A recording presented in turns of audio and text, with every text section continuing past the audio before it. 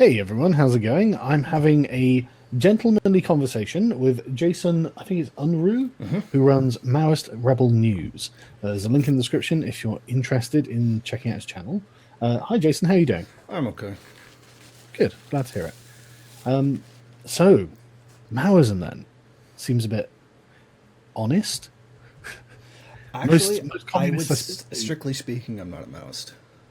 Oh, okay. What's The problem is that I was when I started the whole thing, so I'm kind of typecast with the name, and I can't Yeah, change it. now you're stuck with the brand. So that's why I try to push Jason Unruh rather than Maoist Rebel News. Right, okay. I do apologize. I didn't realize. No, that's okay. So Nobody does. you need to push it harder than I think. Yeah. But so what first you got in what first got you into Maoism, and then how did you change? It's more a case of how did I get into Marxism and then eventually evolved into that. Right, okay. I came out of high school just when the real effects of deindustrialization were beginning, like 2000, the year 2000 when I left high school, and the whole NAFTA thing started in '94, and it took a couple of years for it to really kick in to do what it does. So, they say the same thing here. They say in the States, this is the best country in the world. There's opportunity for everybody, blah, blah, blah. All you have to do is work hard. Well, when you leave high school and you go into the working world, that's kind of not true. I mean, minimum wage jobs suck. I mean, that's pretty much the rule. But it's pretty far from the image that I was given. And there's a huge discrepancy between what we're told and the way things are. And I think that I don't think that's unique to me at all. I think a lot of people go through that at some point or another. So I started looking around, why is it this way? And it took a long time for me to figure out that something even was wrong because you keep getting told that it's your own fault.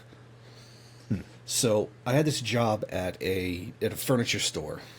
I was back in the warehouse, unbox things, assemble furniture, load shit onto the truck. The general warehouse stuff. Yeah, I've done similar jobs myself. Yeah. So I'm sitting there on lunch, and there's a bunch of books that they put in the displays for the furniture and stuff like that to fill up bookcases. One of them was the Communist Manifesto, and Hell, all right. at the time I didn't I didn't know what that was. Like I'd heard of communism. I vaguely remember the Soviet Union existing. I was about 9 years old when it came to an end. So I sat down, I read it, and once you get through the antiquated language, okay, this is kind of making some sense to me. This kind of explains why some of the things I was taught, weren't true. So then, I start researching the subject. And it starts thinking, okay, well, this actually does clarify a lot of things that I was not understanding. I was, 19 years old, out of high school. And about 21, I discovered the Communist Manifesto. And it's like, oh, okay, this is starting to make some sense to me. Whereas before, I didn't really have an ideology.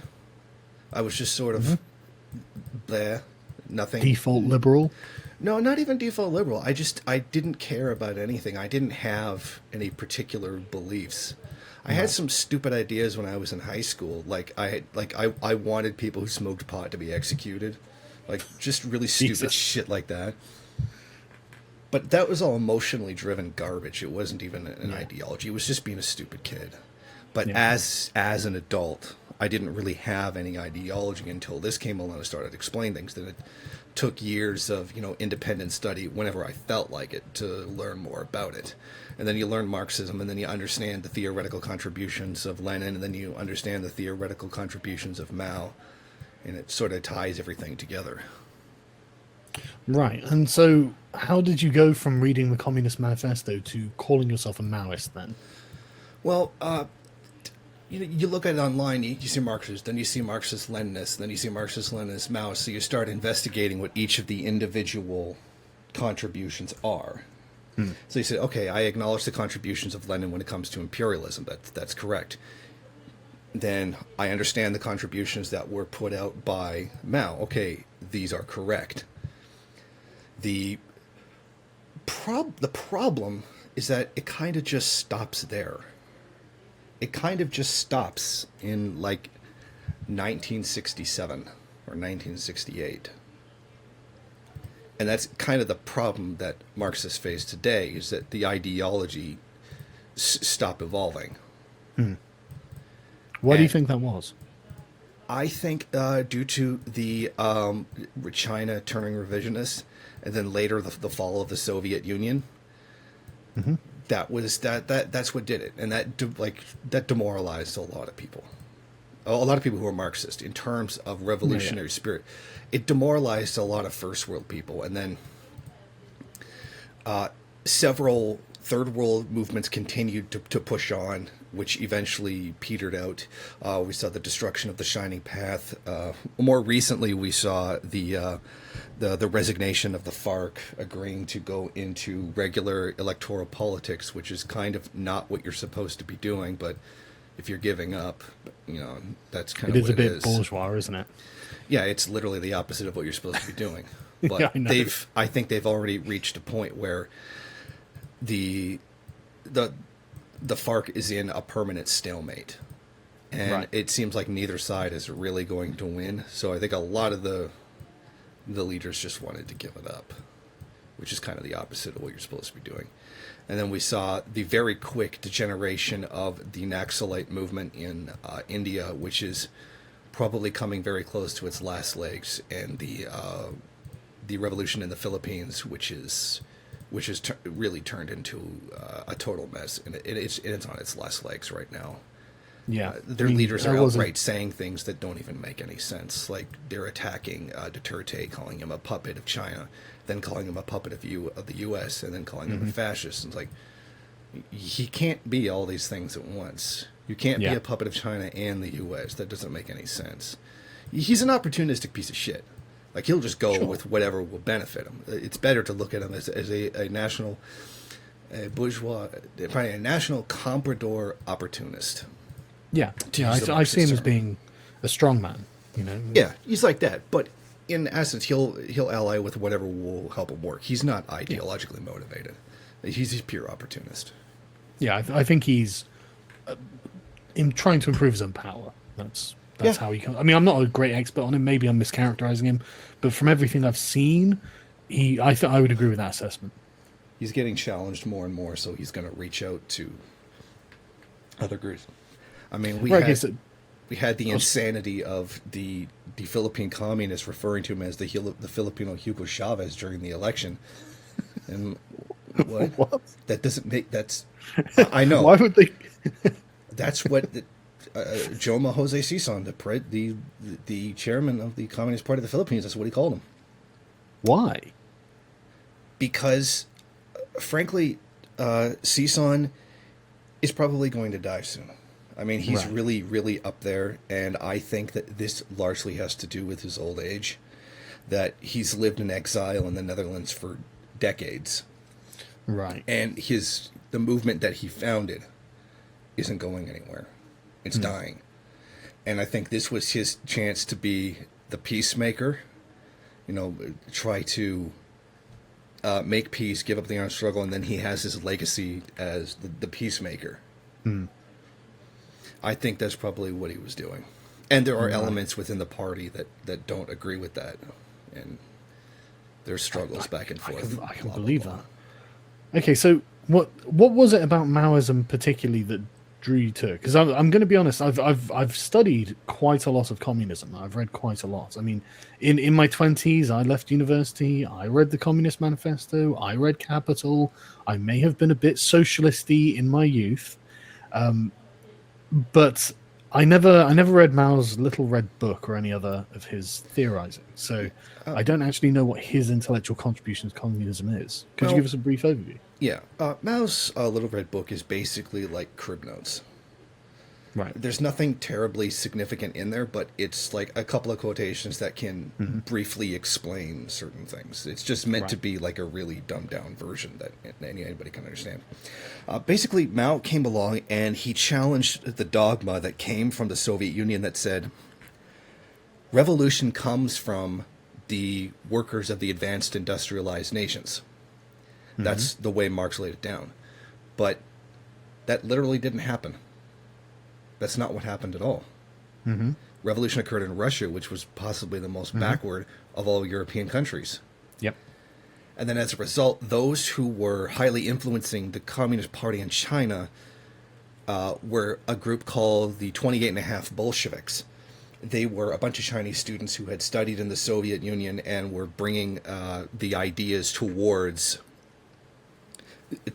China. And they said, oh, it has to be led by the workers, it has to be led by the workers. And Mao kind of said, now, 87% of the country are peasants, right? Yeah. So, and the bourgeoisie, national and foreign bourgeoisie, probably comprise about 5-7% of the population. Mm-hmm. So the amount of industrial workers is like less than 10%. You're going to lead a revolution of 10% of the population. You don't have the forces for a revolution there. Well, they tried that, and they got slaughtered. Yeah. That's what precipitated the Long March, the eventual defeat. So they went on the Long March, and Mao was like basically the only one who rallied against surrendering, go on the Long March, reset on the countryside, and then he wrote investigation into the problems of the peasants in the countryside and the reality of class struggle in China today. Well, yeah, I mean, in hindsight, it's like really obvious that you have a peasant-based society in what is not a capitalist country, but a semi-feudal society, which is not what Marx wrote at all. So he basically had to kind of rewrite that whole idea of how a revolution can be carried out. And as we saw, he was certainly successful in doing so. Yeah, you've got to hand it to him. His war against the nationalists was an absolute blinder from many different angles. Actually, it was a fantastic psychological war. It was, and he was a very good military commander. The problem is that while Mao's theory was correct, this isn't really relevant to us in the first world. We don't live in a semi-feudal society. No. We don't even live in an industrial society anymore. Well, I would argue that we still do to some degree or another. But either way, the case stands. We don't stand in a semi-feudal society. One of the things that Mao theorized was new democracy. Marx said society had to go in a particular progression: feudalism, capitalism, socialism. The problem was China was still stuck in feudalism. So, and you can't just jump from feudalism to socialism, because there has to be an evolution of the forces of production, or the means of production have to reach a certain stage of development before you can move into socialism. Yeah, it requires the bourgeois class revolution that is liberalism. Yes. Now, the Soviet Union had to do that to some degree. They tried to just go from feudalism to socialism, and it didn't work. So they had to go back, as Lenin called it, returning to the beginning and beginning again. So a metaphor about climbing the mountain, having to go back and start all over again. So they created a whole new economic model called the Feldman Model, which was an economic model, different letters representing certain factors of production, a whole big economic equation. So they carried that out, and they made it work. So Mao saw this and thought, okay, we need our own version of that because we're even more backward than Russia is. So he created new democracy. This was supposed to combine the elements of the beginning of the production, of the beginning of the creation of socialism, and adding in a somewhat bourgeois revolution as well, the bourgeois democratic revolution. He was trying to bridge the gap between the two. Instead of having a period of capitalism, have new democracy in the middle before socialism. So like being able to have a somewhat kind of capitalist development, but fully in control of the Communist Party. Unfortunately, that's interesting. While the social gains were great, the economic gains were not so great. I don't understand why they couldn't have learned so much from the Soviet Union, who had already done it. It would have made so much sense to me to just take from their experience and then apply them to your own conditions. But they didn't do that. And I don't understand why they didn't, or why it didn't work necessarily. Because it's like you already basically had a blueprint there of how to do it. Yeah. And It makes their sense to version learn of that from someone blueprint else. was not successful. And to some extent, I don't understand why. Well, I mean, I couldn't tell you why that was. I mean, it could. I mean, that's the sort of thing that could come down to hubris and ego. I mean, it could be something as petty as that. So I really don't know why that's the case. But The only real difference I can see is that the Soviets were very, okay, we need expertise in this area. If we're going to industrialize, the main thing you need is steel. So they went and hired people from the U.S. who were steel manufacturers to show them the best way to do it. And then people say, why'd you do that? Because you'd be stupid not to. yeah, Like, what are you going to do? Just spit in the face of the people who know the technology better than you do and just say you're going to start from scratch? That's fucking moronic. You don't create a new language when you're thinking about writing a book. No. just carry on with what you've got. You know, if someone's already done it, just normal and sensible to adopt it. I think maybe the problem may have occurred because China tried to do things on a commune level, and the Soviet Union did it on a national level. I think what China had tried to do was there were individual communes all throughout the country. Yeah. Develop them up until they were, for the most part, self-sustaining, then merge them into the communes around them and create a bigger commune. Take a certain period of time, let it develop and go. And then when everything was stable, merge them into other ones, and then other ones, and other ones, until you had the country was one gigantic commune. That was the original plan. But didn't these communes have technological severe end- problems with productivity and things like this? Productivity, no, they were pretty good with that. I mean, in the beginning, before you have mechanization and all that stuff, you're going to have problems. You're not going to be as efficient. That's definitely the case.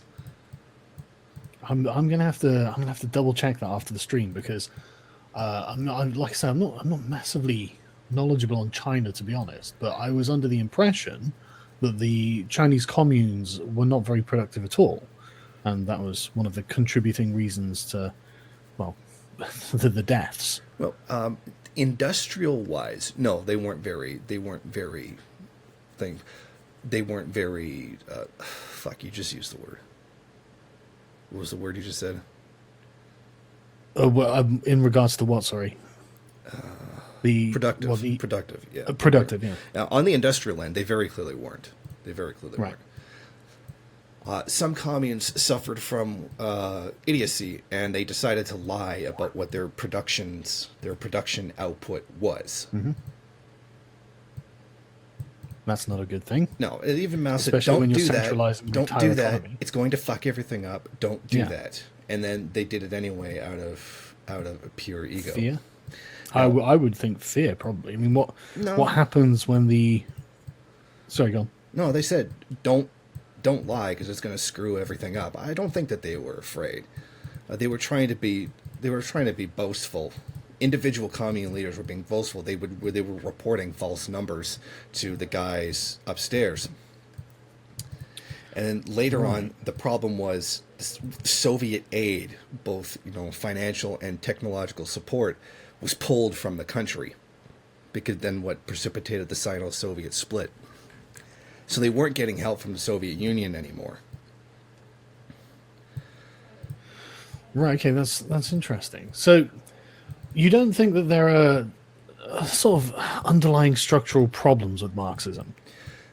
I don't believe that. I mean, there can be. Nothing is perfect, of course. I mean, in theory, not necessarily. 'Cause, I mean, like, putting things into practice like that, you can see the inherent dangers of centralizing a system that relies on information that is going to end up, as we see, being false or faulty. Yeah, but this happened in the Chinese case, but not the Soviet case. I think that there's a difference between the two. China failed to industrialize. The Soviet Union did industrialize. Which is why I tend not to focus too much on what a certain leader said or an aspect of his personality. I tend to focus on the theory. What was right? What was wrong? What didn't work? What did work? Same here, actually. Although I've read a lot more about the Soviet Union than I have Maoist China. But I'm trying not to come at this from a liberal perspective, which is why I'm not banging on about death tolls already. So I'm trying to engage with this through the Marxist perspective. So, I mean, one of my main concerns about Marx is that I just think his theory is wrong. I don't think it's correct, and I think we can demonstrate how it hasn't borne the predictions that he made. I mean, what do you think of that? Do you? Oh, Marx was definitely wrong on some predictions.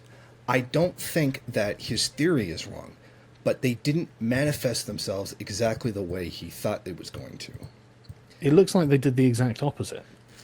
In some regards, yes. I would Well, say let me- that I would let say me that. give- Sorry, go on. no. Oh well, I was going to say let's be specific then. I can give three particular things. So, the three predictions that I would like to talk about are let me. So the proletariat would increase as a percentage of the population and become poorer. The opposite has happened, at least in my country. Using Britain's a very class-conscious country, so unlike America, we actually have hard data on our social classes. And there are 7 of them now, apparently, according to a study done, or at least reported about in the BBC. Let me just give you the year. It's pretty recent, about 2013 it was. And it was called the Great British Class Survey. And we ended up with 7 classes. We've got, obviously, the elite, the established middle class, the technical middle class, the new affluent workers, the traditional working class, the emergent service sector, and the precariat, which are the, obviously, very lowest class in society.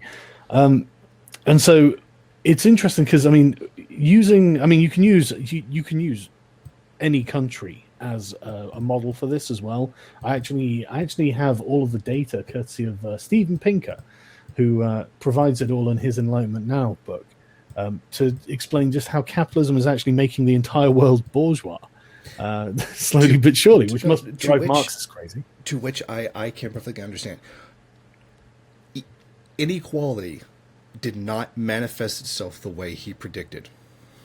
Marx's original prediction was that there would be a growing gap between the rich and the poor in each country as they progressed. Now, as we saw, some countries did not progress. Well, it's not just the gap. It's the poor would become poorer. Yeah, the immiseration of the working class. Now, where he was wrong was that inequality didn't go the way that he thought it would. He thought it would grow in every country at relatively the same rate as it would develop. And thus, it would only be a matter of the workers uniting across the world in order to create revolution. That did not happen. Yeah, I don't think it could happen. Again, hindsight. True, but I mean, yeah, I would say that no, there's not going to be an equal development across the world. It's not just that. I mean, if we want to talk about okay, so most people who encounter communists on the internet are familiar with the phrase, but that wasn't real communism. Yes, I particularly despise that one. But I just want to finish something that I was saying before. Oh, sorry, go ahead. Sorry. Yeah, the gap did grow, but the gap grew between the first world and the third world. There was a study, an OECD study. I don't have the link on me right now, but I'll find it.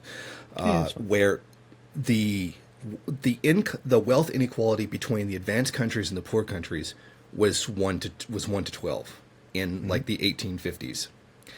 Today it stands at 1 to 72. So inequality did grow, but it did not grow the way Marx had expected it to. In that regard, he was wrong. So if we continue to push this idea that it is just simply a matter of the workers uniting across the whole world, unite together as one, that's based on something that did not happen. And that's one of the problems that Marxism is facing today. They haven't yet acknowledged that that didn't happen. Yeah, and it's not just that either, because like I said, the immiseration of the working class, or the poorest, they're not getting poorer, they're getting richer. In the first world, yes, they are. They are not just richer. In the first world; they're getting richer across the entire world. Actually, that's absolutely true. I have right here, I believe it's the Harvard Business Review, that globalization did not do that.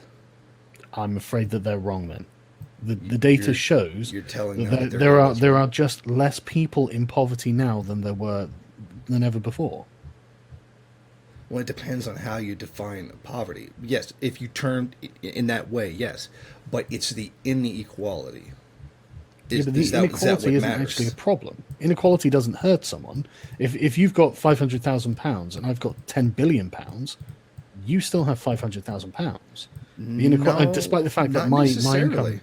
income, absolutely. No, because the value of a money, it kind of relies on the principle. Well, yeah, that I'm if assuming everybody we're not has in lots of Venezuela. money- no, it relies on the principle that if everybody has a lot of money, then everybody's rich. Well, no.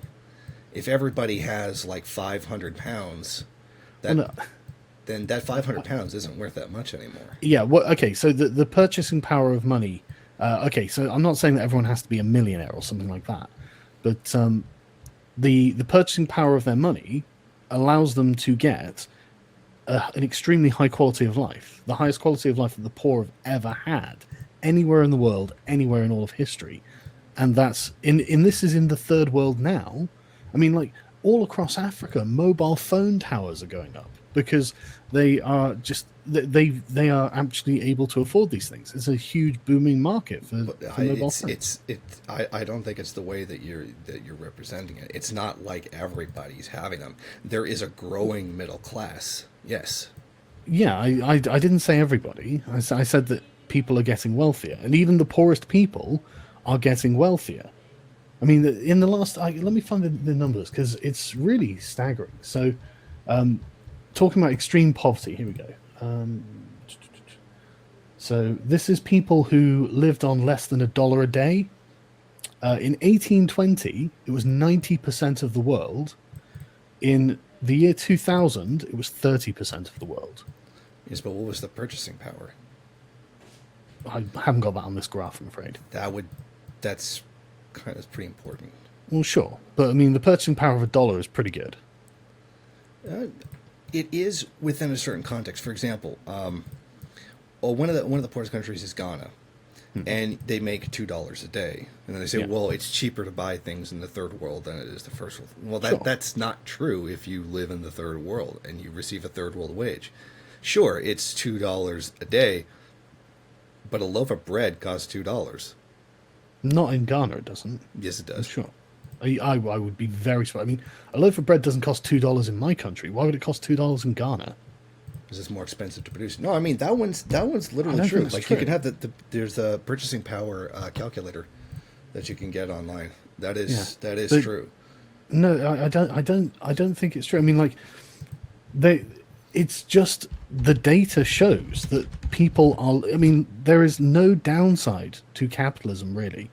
That apart from inequality grows, that's the only downside. And it's genuinely making the world richer, healthier, more long-lived, more access to goods, more access to food. It helps prevent famines. It's honestly like... And Marx was just flat wrong on the idea that there would be more poor and they would be poorer. The answer is actually that there's less poor and they are richer.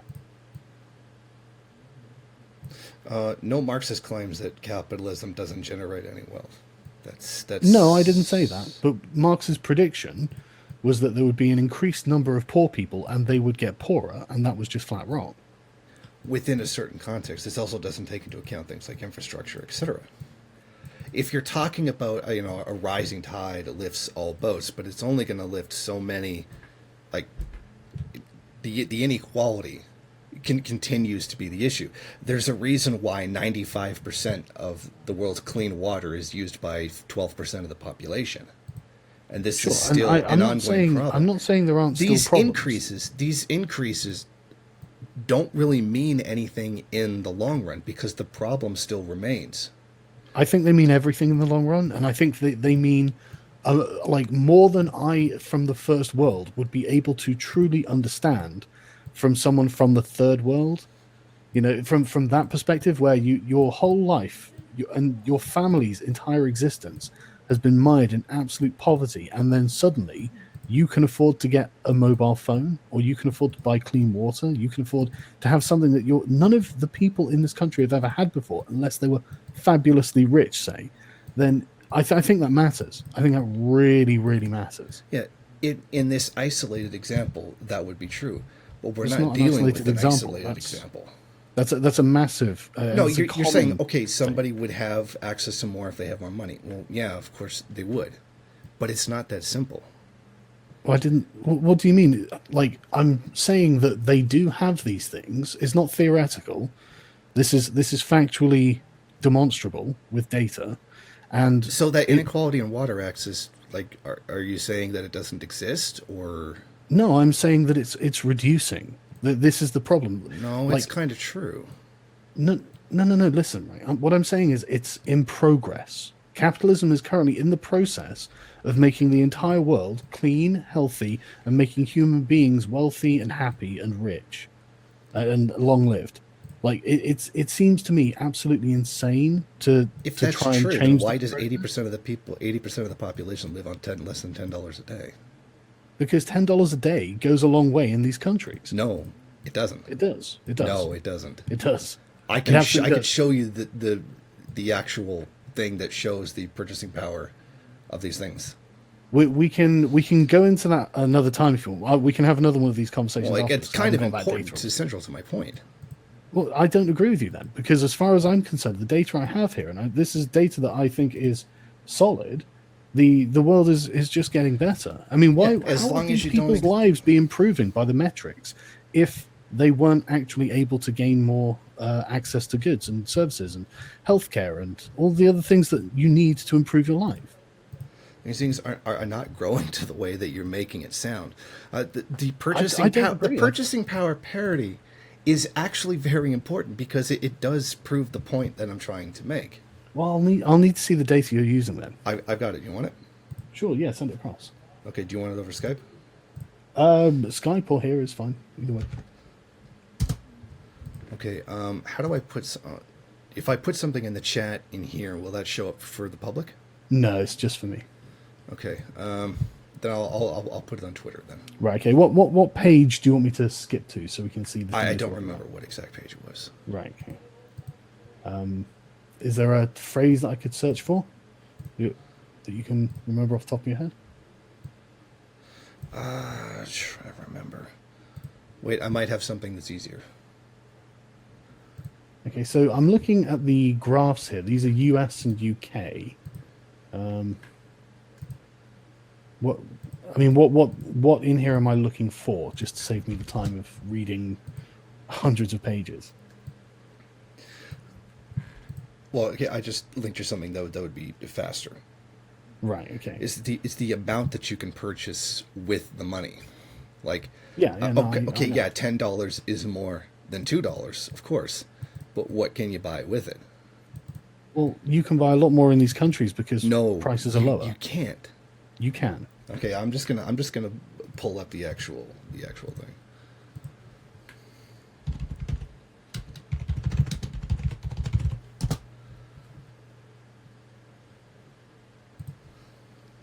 Because the LLCO did a study on that. Okay. So Where is it? Fuck, I wish I had the actual website that lets you like type it in and like it compares purchasing power over certain countries.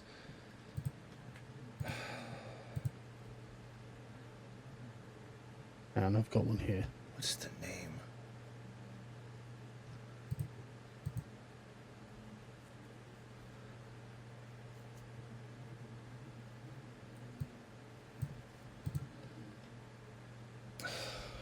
What is the LLCO? The thing is, though, I think Oh, that you're there kind it of missing what my argument is. No, I I'm not get it. saying I'm not saying that there aren't poor people in these countries.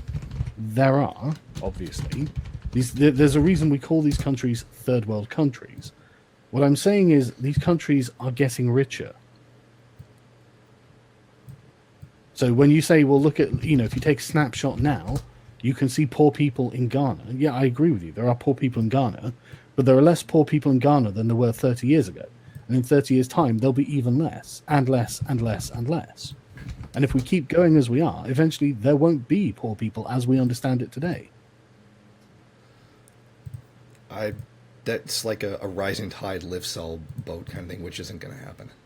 Yeah, but it actually is happening. That's the point. I certainly would not believe that. For Well, example, okay, let me a gallon of gas let me costs. give you the data. I mean, I've got all of the data here. Like A gallon of gas in Ghana costs $3.37 US. Yeah, I agree. But in the Ghana's US, poor. it's $2.25. Yeah. So if you have $10 a day, yeah, the price is lower, but how are you going to afford it? Yeah, I agree. Ghana's poor. And that goes for a lot of third world countries as well. Yeah, but that doesn't refute my point that they're getting less poor over time.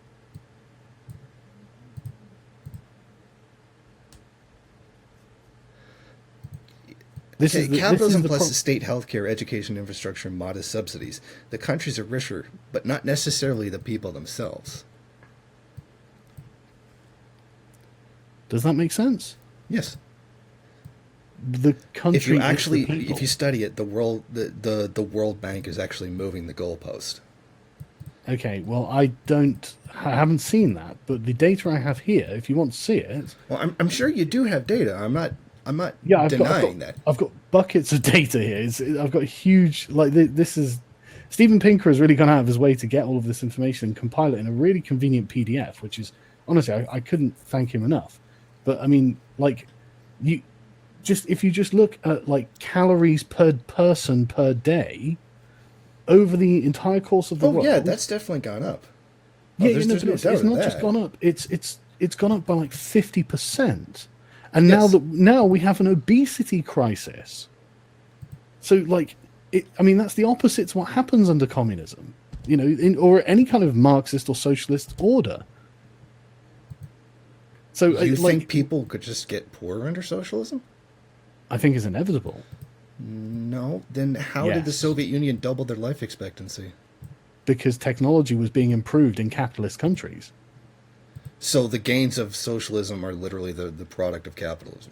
You literally described how Mao had to find a halfway house between the first world liberal democracies and the technological revolution they had, and they had to get from feudalism to communism or socialism without going through capitalism.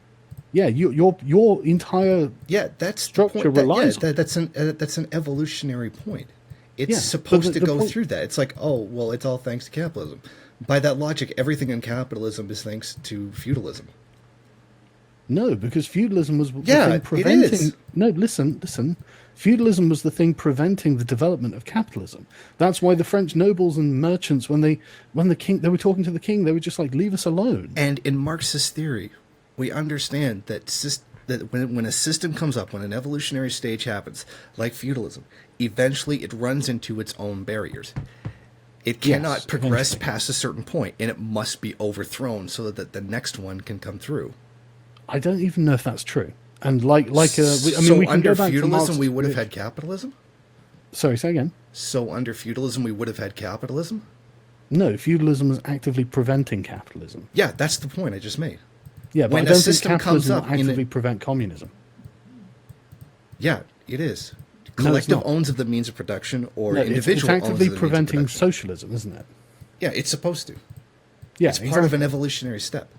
Yeah, but I think out of capitalism will evolve a form of communism. I don't see that happening. I think it's inevitable. So I don't think there is any possible way we can avoid it.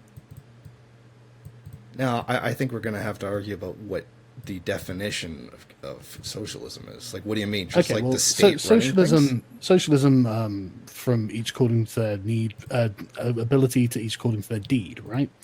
So it's a centralized state economy. That would be communism. There's two different. There's in socialism. Well, no, communism is meant to be a stateless, classless society, isn't it? Correct. So it can't possibly be communism. So it has to be socialism. Yeah, in socialism, it's from each according to their ability to each according to their work, and then in communism, according to their need. Yeah, sure. Yes. But what I'm saying is, capitalism, if left to its own devices, will eventually result in communism through technological advancement. I think that's a very utopian view. I don't think there's any alternative. Now, I would tend to agree to some degree that this kind of thing would be inherently that capitalism is inherently self-destructive, if not by its own internal contradictions, but by the evolution of the productive forces. No, that's not what I mean at all, right? Okay. No, I'm not saying that. I'm saying that's what I'm saying. Oh, right. Okay. Well, what I mean, this is obviously speculative, but if trends continue, eventually there's a reason that everyone's talking about universal basic income at the moment, and that's because of of automation. I mean, the idea that like we need a movement or a philosophy, an ideology that is concerned about industrial workers is going to look so antique in about 50 years when not one human on Earth will have ever done any industrial work. It's genuinely, it's going to be amusing. I think that relies on the premise that all mechanization will be more cost effective than human labor. It will. When the technology gets high enough. It's already here. No. It is absolutely. The actual technology exists, yes. But is it always cheaper than human labor? Yes. It's always more efficient. It's always better quality. It's always cheaper. It always produces more. It never stops working. It doesn't ever break, like it breaks down, but like it doesn't revolt. It doesn't strike. It doesn't need wages. It doesn't need healthcare. It doesn't retire. Cost effective. Is it cheaper than human labor? In many cases, yes. In others, no. Then why doesn't McDonald's just fire everybody right now? They are. I went into McDonald's today. Not. Listen. They're reducing it, but why don't they just fire everyone right now if it's already there? Because it's a process. It's not a revolution. It's an evolution, right? I mean, if you go into a McDonald's in my city today, actually I was in Cardiff, but it's the same in my town. There aren't people taking your checks, taking your order anymore. That's all automated. And I actually have an article that I saw the other day, where it's an automated burger flipping robot. Yeah, I've seen that one too. Yeah, oh my God. I mean, that's ridiculous. Why don't you just design like a burger factory, like a McDonald's factory, where you just put the ingredients in one end and then allow it to automatically build burgers without requiring a robot to actually do it? That's, it's silly. But anyway, the point is, all of these jobs are going to be mechanized out of existence. The problem is that it requires certain economics. I don't think that the productive forces are just going to evolve to a point where the capitalist class is just going to say, okay, let's just give up all of our things and give up all of our wealth and our power, and then we have the Zeitgeist project. Or it's not going to happen. They're going to do something to retain their power in society, and if that power is by economic, they're going to find a way to do that. I mean, the oil industry doesn't spend... What do you mean? What do you think that they're going to do? I mean, they're the ones mechanizing and automating everything. Yes, I'm not denying that. But there's going to come a point where their wealth and power is going to be challenged, and they're not just going to give it up. Well, I mean, in what way? I just can't see it. I mean, they're the ones doing it deliberately. Do you think they're going to smash their own robots? No. But I think they could possibly do things to undermine it to a point. If the capitalist class is not just going to give up, they're not going to have some stunning revelation. Oh, we can have a better world if I just stop being a capitalist. That's. Yeah, but why would they give anything up? That's the point. They wouldn't. No. But what I mean, what? No, but what's the demand to make them give something up? In what way? Well, okay. Everything becomes mechanized. So you have a mechanized mining equipment.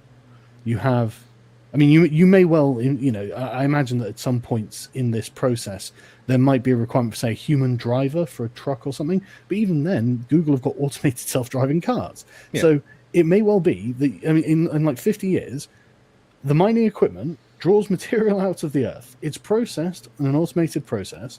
It's put onto a truck. It's taken to a factory where it's poured into wherever. This is then an automated factory that produces whatever material goods that you're looking for, possibly even using just 3D printers and stuff. So you might not even need like actually especially complicated like robots to do it. It might just be 3D printing. And then what that could, put them into trucks and send them to distribution centers. And you don't need a single human laborer in that entire process. What are they giving up? I don't understand. Like, why would they? They have to make a profit somehow. Yeah, they'll sell it in shops. Yeah, they'll be massively profitable. In fact, the question is who's going to buy it with what? And this comes back to the universal basic income, right? Well, not just that, but it's actually very interesting because jobs have changed. That's why I say I wouldn't consider. I mean, I would consider Western countries to be post-industrial countries because the percentage of their economies that's based on manufacturing is minuscule. So it's one of those things, like if you look at it, people are working in offices now. They're doing, well, Service sector. bureaucratic work.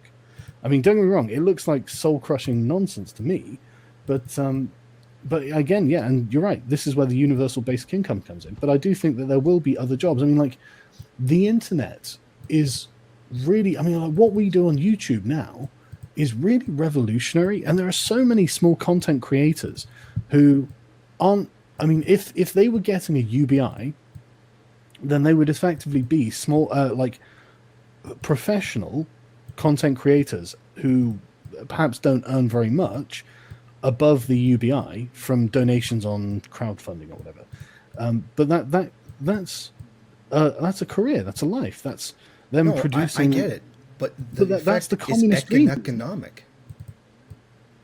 Sorry. You can't hold up an economy like that. If you do a universal basic income, you're just going to increase inflation. It's not something that is inherently economically sustainable. I don't think you are just going to increase inflation with UBI. Yeah, that's literally one of the effects. I'd If have you to look incre- into it if you more. increase- Admittedly, I'm not going to lie. I've not spent a huge amount of time looking into UBI. So I might Canada be is wrong. experimenting with UBI right now, Yeah, so is Finland. and that's the main thing that's happened. You increase the wealth, you increase the dollar amount that people are used that have. They go out and they buy more, and that raises demand. Okay. But what's wrong with that? That's inflation. It No, increases the that's price. not what inflation is. Inflation is a general increase in the price of a particular basket of commodities. Yeah, but no, inflation affects everything. It doesn't just affect one particular product. That's correct, but the inflation is still something that happens. No, that's Even if it all is. you're talking about there is market prices.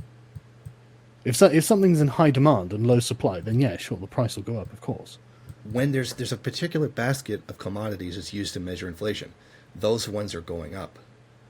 When you have I don't agree that that's a concept. Inflation is a consequence of UBI, but my point is So the though, Canadian government is lying? Getting back to it though, my point is, I mean, this will allow people to exist without having to be part of a corporate machine and live the life they want to live with economic security, health, happiness, whatever the society can provide, because they can, and they will still be able to work and have an incentive to work because other people will donate money to them, whatever. And I mean, is that not like the closest you can imagine to the communist dream? Not necessarily. I think not? that this view that robots are just going to do. I'm talking about the not necessarily the idea that you're pushing, but the idea that a lot of communists are just pushing, like, oh, if we just get robots to do everything, then we'll live in a utopia. I think that's just wrong. Well, I agree if you characterize it like that, but in the way that I've just explained it, I think that It it's has, actually. but you're talking inevitable. about in an economic way, so that the producers are still making money. Sorry, well- who are you defining as the producers here? Sorry. The person who owns the company that the machine is Right. doing everything for. Yeah. Bill Gates will be earning a lot of money, undoubtedly. The I thing mean, is that honestly, it's I not, wouldn't- It's not economically sustainable. Prices are going to go up. There's going to be problems within the market. Now, if Prices you- always go up and down. The prices fluctuate based on supply and demand. There's nothing wrong with that. I No, don't that's agree. I not- mean, that this wasn't my seems to come point. back to the communist idea that capitalism is That- going to fail any day now. I don't.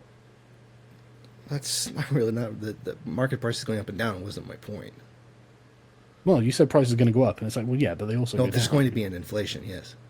No, that's not what inflation is. Inflation is where the value of the Yes, money it is. reduces the purchasing No, power of no. the money. I don't agree. No.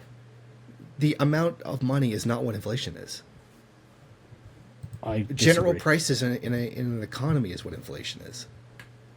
No, it's the value of the money. No, it isn't. Okay, well, we'll have to agree to disagree on that one. No, Should we're we- not going to agree to disagree on it. Okay, well, prove me It wrong. is one. I'm sorry, I just had a flashback to when I said that to people on our socialism, and they mocked me for it. Right, okay. But no, as I understand it, inflation. In fact, let me just. I mean, I'm happy to say if In I'm wrong, economics, I'm not. inflation is a sustained increase in the general price level of goods or services in an economy over a period of time. Yeah, that's because the value of the money reduces. I mean, this is No, why. because Like, inflation can be caused by other things as well. sure, sure. I mean, there can be many causes for it, but usually it's because of government interference and No. increasing the money supply, isn't it? By printing it isn't. $100 million Zimbabwean notes or something. In Zimbabwe's case, that was the cause, but we've had so much QE in the US. Why isn't there super mega hyperinflation? Because that's not the cause. Inflation inflation is an increase in cost. That is not necessarily caused by the supply of money itself. There can also be the opposite of a glut, a sudden restriction in something, or a sudden increase in demand for something. The gas shortage in the 70s was a perfect example. The supply of oil was severely cut, increasing the price, and then that price was passed on to the goods and services that require transportation. That was Sure, but that's inflation. not what you call inflation. Yes, I mean, it is. No, I don't agree because It's I mean, right here. Yeah, I know. Let me quote the Wikipedia article that we're talking about here, right? Economists generally believe that high rates of inflation and hyperinflation are caused by an excessive growth of the money supply. That's nothing to do with the growth and or lack of or restriction of goods being traded with that money. And the price of certain goods, like for example, you say if there was an oil shortage tomorrow, the price of oil would skyrocket, and that would have a cascading effect onto other things. But that doesn't mean that all of the money has actually got less value. That just means the price of these goods has gone up. Yeah, that's the thing. Inflation is a sustained increase in the general price level of goods and commodity over a period of time. Yeah, but it's related to the money rather than the goods. The supply of the goods can remain the same, and yet the price. There's any number of things that can cause prices to go up and down. Yeah, I know. I'm not talking about market fluctuations. I just gave an example of that. Yeah, I know. You did give an example of market fluctuations, and I disagree that market fluctations are And that something was you a could period of classify as inflation. I don't agree. I don't agree. That's what They literally called the it economic term inflation. inflation anyway. I don't think that's what they mean when they say inflation. Then why is inflation measured by a basket of commodities and not the value of the currency? Because the value of the currency isn't. You would have to measure it by the commodities, but it's not just. I mean, I'm not saying I'm like some economics expert, but I don't. As far as I agree, as far as I understand this, I don't think that what you're saying is correct here. I'm sorry, I'm saying what you're saying is not correct. Okay. Well, like I said, I think we should agree to disagree, and then afterwards, someone can hopefully correct us where whoever is wrong. There are economists who believe that. Sorry. There are economists who believe that. Milton Friedman certainly believed that. He created a model for inflation that literally only takes the increase or decrease in the value of a currency as a measure for inflation or deflation. But he's wrong. That's not the only cause. Well, I don't think it's the only cause, but it's about the value of the money itself, not the value of the goods, because like the value of the goods is based on supply and demand, but the same thing really does happen to the money, which is why they're saying, an increase in the money supply reduces the purchasing power of the dollar because the dollar itself becomes less valuable because there are so many more of them around. Yeah, that's one of the theories that can cause inflation, but that's not the cause of inflation. If that were true, then the United States would have inflation well over 400% because of all the QE in the last decade. I would have to go and do some research into the quantitative easing, to be honest, to be able to answer that. But I can see the inflation rate that are put out by the central bank. Yeah, no, I know there's an inflation rate. But what I'm saying is I didn't think we'd get into this, so I haven't gone and done any specific reading on it recently. I would have to give you a more accurate opinion on that. But from what I understand so far, I think that you're misinterpreting what inflation is. and you're I'm sorry, conflating I it with think with you're- market fluctuations in prices. No, it's not. You're reducing it to one possible cause. Okay, we're gonna agree to disagree. I'm happy to agree to disagree. I mean, really, I'm just going by what the, the Wikipedia article says. So am I. But okay. Well, should we move on to Marx's second prediction? So we went through the first prediction, and the population, the percentage of the population who were poor would increase, and they would become poorer, and that's actually the opposite that's happened there. I mean, Like for I example, said, goalposts moving. sorry, Like I said, goalposts moving. what goalposts have been moved? What defines as poverty? Right. Okay. Well, They just change it and don't take the consideration into the purchasing power of the currency. Like I said, I can give you that thing that measures. Okay, but speaking specifically to my country, which is the one I have the most experience with. Well, that's not necessarily the case with your country. It's a first world country. I said that the wealth divide did not occur in a single country, as Marx predicted. It Yeah. occurred globally, which he did not predict. Okay, but why is the entire world getting richer then? Again, it comes down to the definition of what is richer. Well, there are less people than ever before Like who I are just in said, extreme poverty. yeah, by goalpost moving, largely, not entirely. There has been an increase in the access of goods and services. Yeah. This does not negate the suffering that's been caused as a result of that slow process, nor does it justify that process. Well, I actually think that the constant improvements that process has provided do justify it. The increases are limited. They're not going to Of course solve they the are. problem. They're not going to cure They poverty. are going to solve the problem, though. They absolutely are. You're saying that essentially the poverty won't exist. Yeah, capitalism will eventually create so much wealth that poverty, as we understand it now, won't exist. Oh, Poverty as will we be obviously understand it relative. now. Yeah. Well, yeah, I know, but I mean, we're talking from the position of human deprivation that we're talking about now. And I agree that, there are, India, Africa, China, there are places where, people are really scratching out a living, but it's a better living than they were scratching out 100 years ago. And that's thanks to capitalism. And in another 100 years' time, it'll be an even better living. I think that's kind of like a logical fallacy. Why? Well, it's better than it was before, therefore it's okay. Well, no, this is just talking about the trends. Yeah. I don't doubt that there is a trend, but that doesn't justify what capitalism has had to do in order to accomplish that. I think that capitalism has been a net benefit. Don't get me wrong, I'm not saying capitalism. That's like perfect. the slavery is okay because it's better than living in a shack. I don't think that capitalism and slavery are like comparable. I don't No, agree. that's not the comparison I made. I made the comparison that the ill effects of what it does Yeah. outweigh. I'm sorry. Well, tell me the ill effects of what it does. The constant wars in order to maintain that global balance of wealth. That's not capitalism's fault. Yeah, that's literally capitalism. No, Yeah, that's not capitalism's it is. fault. No, absolutely Yeah, not. It is. Absolutely It not. straight up is. Do you think the Romans were capitalist? Not necessarily, but it was empire building under a different system. Yeah, exactly. Capitalism The has to problem go to isn't war. capitalism. The problem is empire building. That's what capitalism is. That's not It's, true. oh, no, sorry, that really is. That's not true. If that's the case, why don't democracies go to war? They do go to war. With, Well, it with depends each on how other, you define with one democracy. another. Sorry, I should have been specific. They But do. why aren't we building empires in Europe? Because you don't have to. Exactly. We don't need to build empires, therefore we don't have empires. No, you don't have to build an empire in Africa. The United States doesn't invade countries to capture resources and spheres of influence just because it feels like it. No, it doesn't. It because has to it's- do it. It does it exactly, but it's not because of capitalism. There's literally no reason for war other than economic. That's not true at all. Oh, so you're saying that the United States would spend trillions of dollars on war for what? No, I didn't say the United States would do it. I mean, well, actually, there are lots of reasons. Actually, okay, so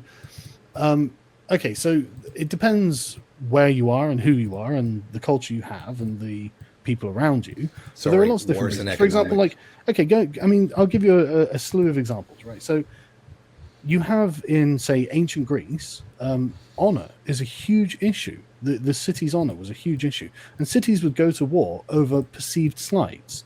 And then you have things. No, I think like, those were justifications for the war. not at all. No, yeah, it is. It's a lot like terrorism. Oh, we're going to fight the terrorism in Afghanistan. No, it's not. It was a justification to be able to go to war to capture the country's resources. No, not at all. I mean, like, for example, when Sparta, they had the Battle of the Champions. We don't live in Sparta. Yeah, I know. I'm giving you a historical example of why there are other reasons than simply money to go to war. We're not talking about them. We're talking about do you know why capitalism. Julius Caesar invaded Britain? To expand his empire. No, there was nothing in Britain.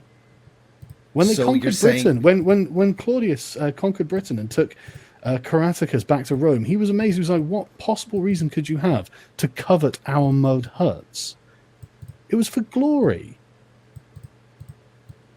That can't happen, but we're not talking about I ancient agree. Rome. And now, but this is what I'm saying. Nobody spends trillions and trillions of Okay. dollars for ego. It Why? doesn't No, happen. well, I'm not saying they do now, but what I'm saying is humans don't only go to war because of economics. For example, No, because why- it's hang on. not people that go to war. Systems go to war. States go to war. Structures Yes, go to I war. agree. Okay, states. States. Structures go to Yes. war. They do so because it's advantageous to do so. No, They- that's the yes! thing. You've got to no. So listen, they go listen, to war knowing listen. it's not going to do any good. It's Listen. not going to benefit them. Some there are definitely. I can give you several examples of where that's the case, where it's been done on point of pride. But even then, right? Okay, why did the U.S. invade Vietnam? To halt the spread of socialism. It didn't make them any money, though, did it? If they had won, it would have. How much? What did I Vietnam can't- have I that can't- the U.S. needed? Labor, resources. They have that. They're capitalists. They can buy. They can hire people. They literally capitalized China to get their labor and resources. They don't need to invade somewhere to get labor and resources. Yeah, But not in point the case of capitalism China. is You didn't need to because their leaders already just gave them over. Yeah, but they didn't need to anywhere. No, The they US didn't. the- No, in that the case, US they didn't need to. But in some cases, you do need to because they are not willing to sell themselves. Yeah, absolutely. Sure, there are definitely like Yeah, you don't examples need of to gunship go to war to diplomacy, like conquer a with Japan. country that'll just open its front door to you. Some will, because it'll make the people in the country richer. You honestly think that they care anything about the people in there? Well, I mean, who's they? The people in the country. Let's say the invasion of Afghanistan. You really think that the U.S. cares anything They were for the people? they in were just Afghanistan? interested in the geopolitical chess piece that was Afghanistan. And I'm not saying they do, but the rulers of the country often do, and trade makes everyone wealthier.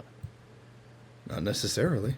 Absolutely. This is why capitalism wins and communism loses. No, again, that relies. Yes, trade will create money, but it doesn't necessarily have to be done in a capitalist. It doesn't have to be done in capitalism. You can increase an economy in another way. There are other systems that Go increase on. wealth How as do well. you increase wealth other ways? You don't have to do it that way. You can do it through a collective means of ownership. You can do I it under don't- socialism as well. Well, where has socialism ever created wealth? The Soviet Union going from a peasant backwater to a world superpower. Well, yeah, but the Soviet Union was piss poor. In the beginning, yes, it was, but in the end, no. No, absolutely false. Right? No, that's completely when false.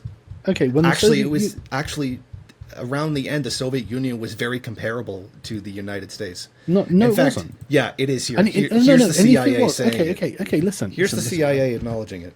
Yeah, no. Listen, right. When the Soviet Union collapsed, they requested American economists go over there and analyze their system. Why did we fail? Because no, they didn't analyze the system. They know why they failed. They wanted them to reorientate the entire system. They wanted to go from socialism to capitalism. That's why they needed to do that. They know why they came down. Listen, let me finish, right?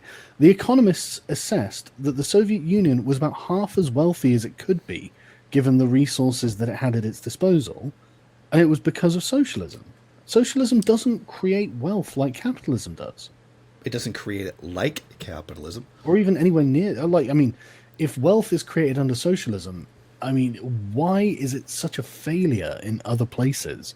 And the Soviet Union is like one of the most opportune places that socialism could take root. I mean, 500 million people, the vast resources of Russia, and they're still only half as wealthy as they should be. I mean, if you look at somewhere like Cuba, The average person has $25 a month. And what is the purchasing power? But we're going to ignore that again. Well, okay. Well, what do you think the purchasing power of $25 a month in Cuba is? I mean, we can look if you want. I don't know that offhand. But I mean, you can also, or you can just have a look But at even- Botswana, where the average Botswana's a free market economy. They've got an average income of $17,000 a year. I don't know anything about Botswana. Well, I know the numbers, and so it's like, okay, well, I mean, there just seems to be no. Oh shit!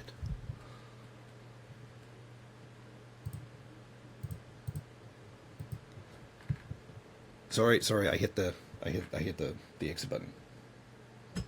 Hello? Oh, sorry. Can you hear me? Yeah. Sorry, I hit the exit button. Yeah. The point is, capitalism doesn't have to invade countries to make them wealthy. In theory, no. In practice, if you just carried out trade, if you didn't have to go into a system of competition, that's why World War I happened. Well, If everybody just traded along a capitalist lines and had some kind of utopian experience where there wasn't conflicts and there wasn't competition, then it would work. Even then, the point of the Soviet Union was not to make people richer. Like it wasn't. Socialism is not designed to give people the highest possible living standard. That's literally not the point. I agree. So you're saying it doesn't. So you're saying, well, it doesn't do the thing that it's not supposed to do. Yeah. So you're attacking it for not doing something that it's not supposed to do. I'm attacking it for not improving the living conditions of the people who have to suffer. Actually, yes, it did. How did the life expectancy double? Because of capitalist medicine. So you're saying socialism. So in other words, you've rephrased Socialism is a this. method of redistribution, not innovation. You have. Okay, so all the innovation that did occur under the Soviet Union just didn't happen. Oh no. Okay. No, that's not true. Okay.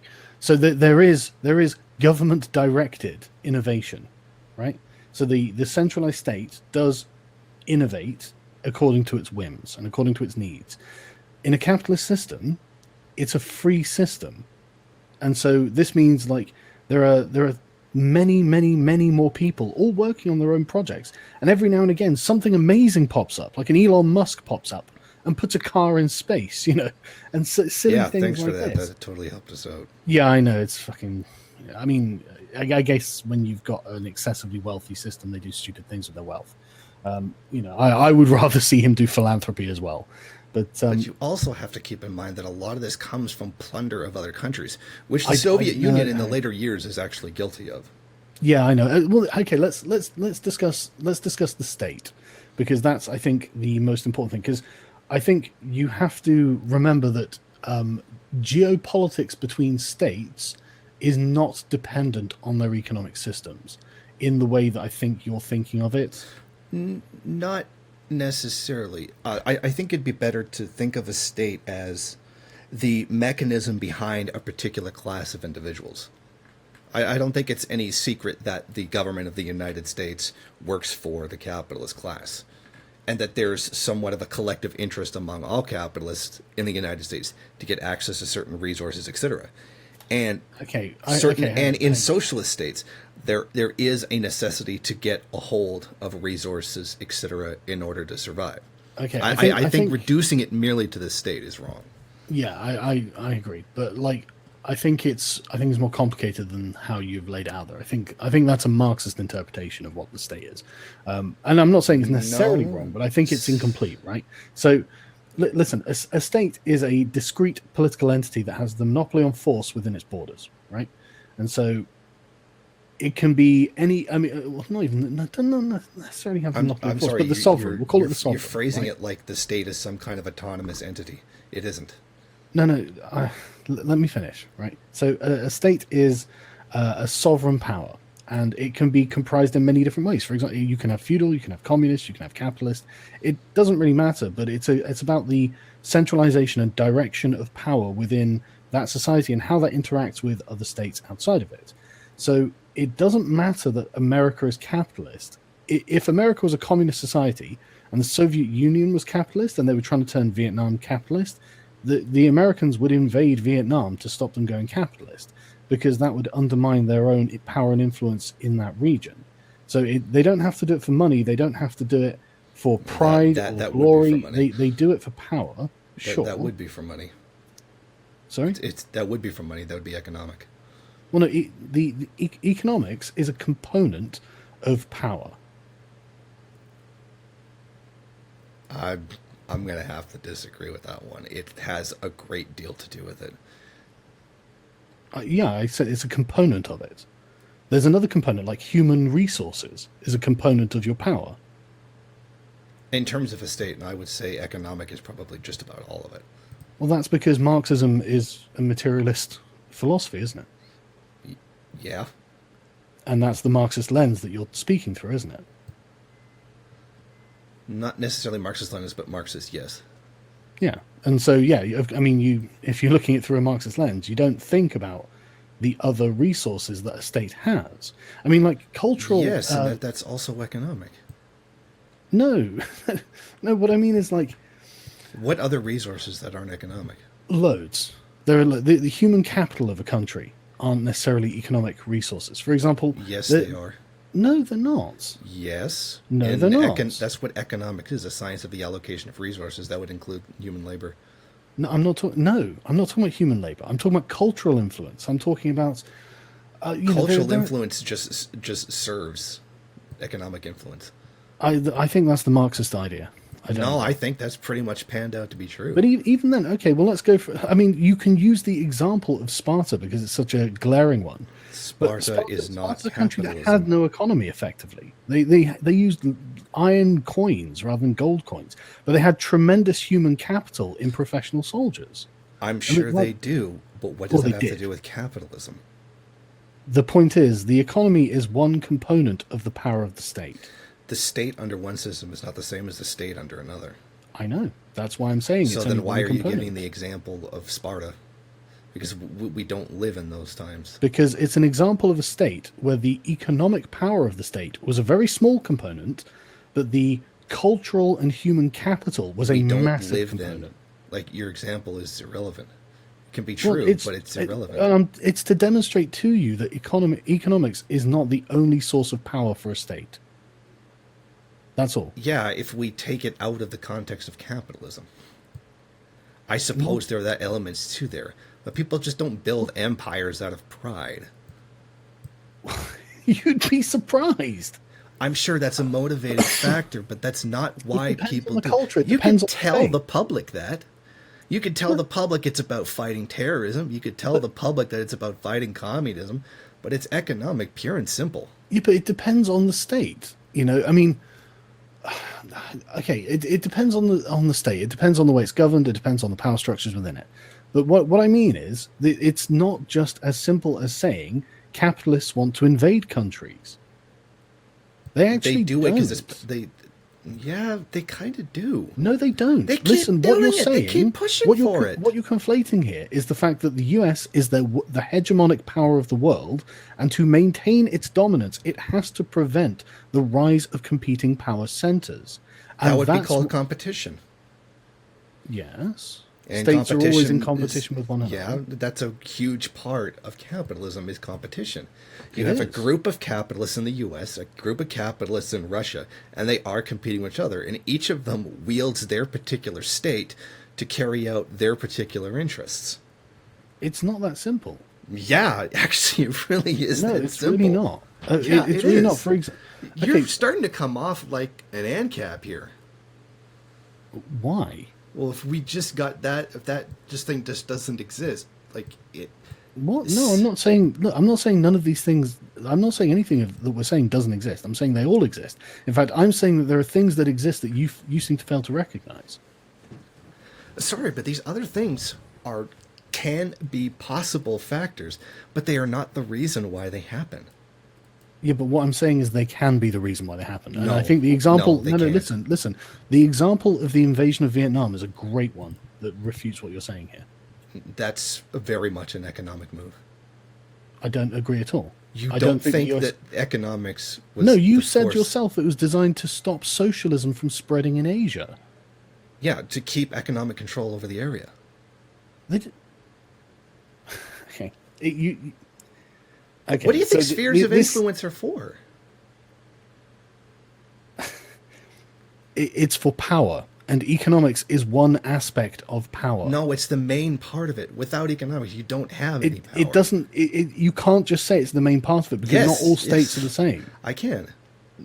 Okay. Well, again, we can agree to disagree. If you're going to go back to talking about Sparta, well, no, that's just an easy example. I'm pulling. it's off the top not of my head. applicable to this situation. We don't I'm not- live in Sparta. Yeah, I'm aware. like I can I'm say not- listen. BMWs have a fan sticking out of the roof by giving the example of another brand of car. Look, what I'm saying is there is more to the state and the humans that direct a state than economics. No, I'm saying that's it. That's the reason why it's there. Okay. Well, again, we can agree to disagree. I'm happy to do that. So let's go back to Marx's points. So we agree that, well, I mean, the data shows that there are less poor people now than ever before. Again, And I those- already answered this. I know. That's just the first point that we've gone over. But I want to just stress for people listening, that is what the data shows. I'll leave links to all of this in the description. So secondly, it predicted And that the middle class... I've given you the links that say the opposite. Yeah, I'll put them in too, so people can make their own mind up. So the second point was it predicted the middle class would decrease to a very small percentage of the population. Zero-sum competition means there are winners and losers, while a few would consistently be winners and thus become rich capitalists. Most would lose at some point and be forced into the proletariat. That didn't happen either, did it? Actually, that goes back kind of to the first one about the way inequality evolved. Go on. Yeah, Marx did kind of see that a middle class happening. Lenin did predict that there was a middle class coming. Again, I'm not saying that like the first world would just like there is a first and a third world. The first world has definitely gotten richer. There is absolutely no denial about that. In fact, So, that would be our criticism, or rather my criticism of that. Yeah, but the third world has gotten richer as well. Not by the measure that you're using. I think so. I mean, there are Yes, 400 largely million goalposts. middle-class people in China that didn't exist 100 years ago. Yes, China wouldn't necessarily be a third world country. And largely what they did was build themselves up. So that it can be done. They didn't have a free market economy. People building themselves up. Yeah. By ignoring the model that was given by other countries. You can do it yourself. It doesn't necessarily have to be completely capitalist or completely socialist. I agree, but if you've got a totalitarian state that controls your entire economic destiny, then it's really rather difficult to build yourself up. And honestly, I think that's why the Chinese have these capitalist zones that actually have been improving the condition and the wealth of the population. If you consider throwing yourself off the roof of Foxconn as an increase. I'm not saying that there hasn't been an increase in wealth in China, because there definitely has. Yeah, there's been a massive increase in China because of capitalism. And don't get me wrong, I'm not saying the working conditions have been good. They haven't been. But the thing is, it's not up to us to be able... I mean, we don't control China. It's up to the Chinese to demand better labor conditions, just like our factory workers did here. You know, you've got to fight for these things. You've got to demand them. Which I would say largely they won't. I think they probably will. Well, they'll say it, but are they really going to fight, or like protest? Well, I mean, it's a lot easier to get concessions from the government in a democratic system than a one-party communist system. It's easier to get concessions from a government that exploits the third world, that has the wealth to do so. I don't think that we agree on that. So you're saying the first world doesn't exploit the third world? I didn't say that. I'm saying that's that literally just what I just said, and you said much it's not more there. Responsive to the needs of the population. No, they're not more responsive. They're more responsive because they can afford to. So they are more responsive. They're only responsive because they can purchase social peace at the expense of the third world. I don't agree. I think the point of democracy is to purchase social peace, as you say. I mean, you can have piss poor countries. You don't have a universal healthcare system just because you want it. You have to be able to afford it. The universal healthcare system isn't necessarily a feature of democracy. No, it doesn't. It doesn't have to be. I'm not talking about whether something is democratic or not. You have to be able to afford it. Yeah, advanced industrialized countries have bought. It doesn't matter if it's democratic or not, because there have been totalitarian states that have had universal healthcare as well. Yeah, absolutely. It's a matter of being able to afford it, and the first world can afford these concessions because of the exploitation of the third world. That's not. Yeah, but we're not talking about universal healthcare. We're talking about workers' rights. Yeah, one of those things: greater safety regulations, greater pay, ability to take time off. Those all things have an economic cost. What, safety regulations? Yeah, for example, you have like no safety regulation third world, largely because they can't afford them. What cost is involved with safety regulations? Well, you have to pay for fences, harnesses, just for that example there. They can't afford fences. Largely, no. If you consider like a rickety bamboo thing, no. Well, they managed to afford the nets around the buildings so the people didn't die when they jumped off, didn't they? China's not exactly the same thing as a third world country. But you're saying that the safety standards are the same in the first and third world? No, but what I'm saying is it's easier to get these things if you live in a free country. No, it's easier to get these things in a rich country. Again, I don't necessarily Then agree how with does the Saudi case. Arabia afford it? Because they're totalitarian as hell. Well, they're also rich. Yeah, because they can afford it. It's not about democracy, it's about affording it. Yeah, but You I mean, can buy social peace if you got the money yeah, but for it. you have workers' rights in Eastern Europe. Yes, They're piss poor. yes. So how do they afford it?